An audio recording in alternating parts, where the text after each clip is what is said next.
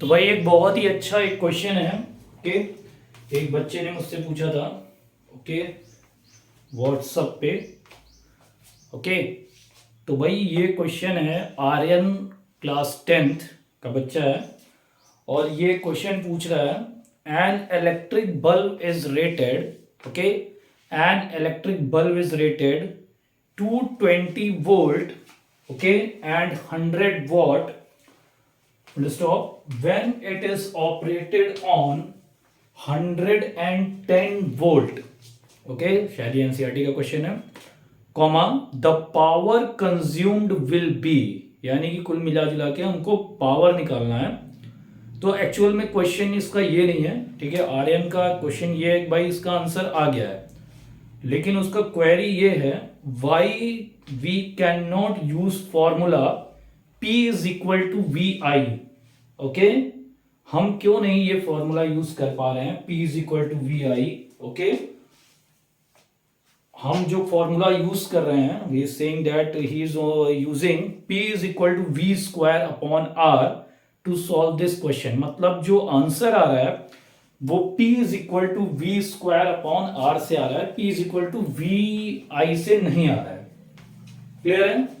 तो आओ देखते हैं भाई, इस सवाल का जवाब लेते ही। बहुत ही इंपॉर्टेंट क्वेश्चन है, मैं अपने क्लास में प्रीवियस लेक्चर में बताया भी हूं कब कौन सा फॉर्मूला यूज करना है। तो भाई ये क्वेश्चन है, electric bulb is rated 220 volt, यानी वोल्टेज इज 220 वोल्ट।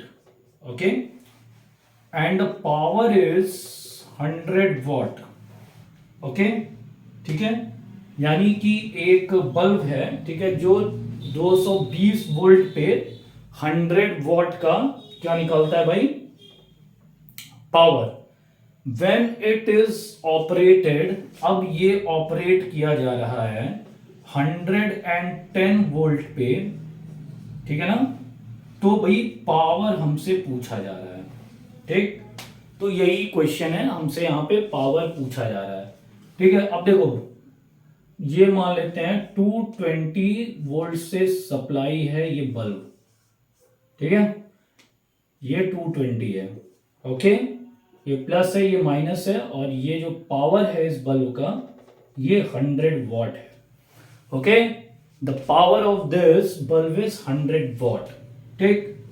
अब देखो यहां से हम भाई P इज इक्वल टू उसका, अभी मैं उसके क्वेश्चन का जवाब दे रहा हूं, ठीक। तो P इज, वो पूछ रहा है कि हम P is equal to V I क्यों नहीं यूज कर रहे हैं, ठीक है। देखो यहाँ पे पावर क्या है 100, वोल्टेज कितना है भाई 220, और I हम यहां से निकाल सकते हैं।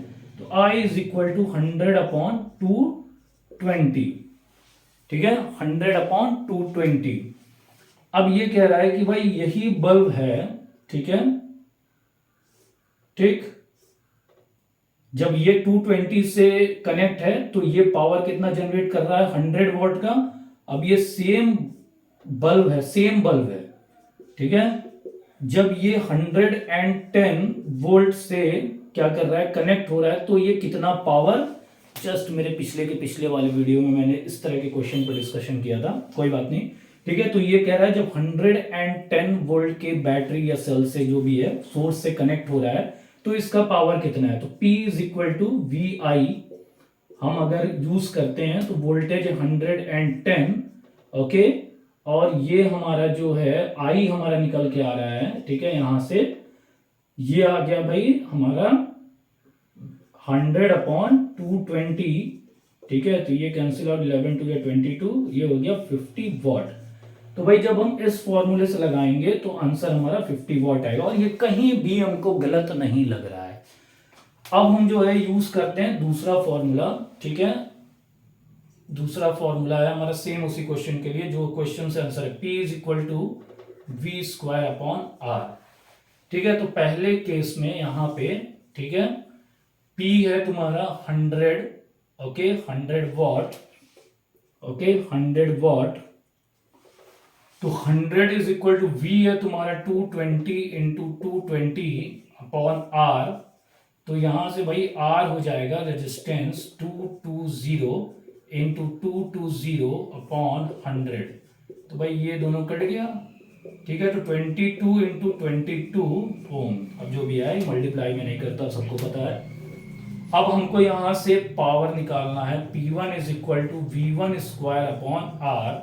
तो यहाँ पे V1 की अगर बात करें तो 110 इंटू 110 अपॉन R की अगर बात करें, ठीक है, तो ये आ जाएगा तुम्हारा 22 इंटू 22, तो ये हो जाएगा 100 इंटू 11 अपॉन 22 इंटू 22, 11 टू जा 22, 11 टू जा 22, 2 टू जा 4 और 25 वॉट। ठीक, अब देखो अगर फॉर्मूला सही होता, ठीक है, तो भाई आंसर दोनों ही केस में सेम आते। ठीक है, तो अब ये जो आंसर हमारा आ रहा है ये 25 वॉट आ रहा है। अब देखो एक सबसे इंपॉर्टेंट चीज, ठीक है, कि हम ये फॉर्मूला क्यों नहीं यूज करेंगे। ठीक है, ये फॉर्मूला देखो, समझना बात को, ये बल्ब है, कोई भी बल्ब है, ठीक है, जब इसको हम 220 वोल्ट से सप्लाई कर रहे हैं तो ये पावर जनरेट कर रहा है 100 वॉट। ठीक है, उस समय जो करंट है वो ये है, मतलब जब 220 वोल्ट पे सप्लाई हो रहा है तो करंट है इतनी एम्पियर। ठीक है, तो भैया जब हम 110 वोल्ट पे इसको कनेक्ट करेंगे तब ये करंट नहीं रहेगी। ठीक है, इस केस में करंट बदल जाएगी क्योंकि वोल्टेज बदल गया। ठीक है, तो वोल्टेज अगर बदल गया तो भैया करंट चेंज हो गया, तो ये फॉर्मूला हमारा गलत हो गया।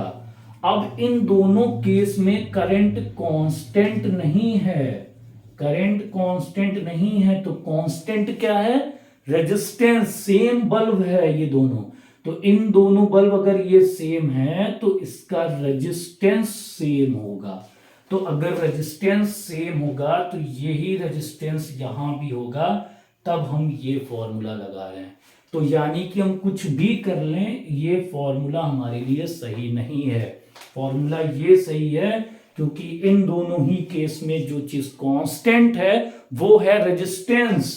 पावर बदल रहा है, ठीक है, पोटेंशियल डिफरेंस बदल रहा है तो करंट भी बदलेगा, लेकिन रेजिस्टेंस नहीं बदलेगा। क्यों? क्योंकि ये दोनों ही बल्ब सेम है।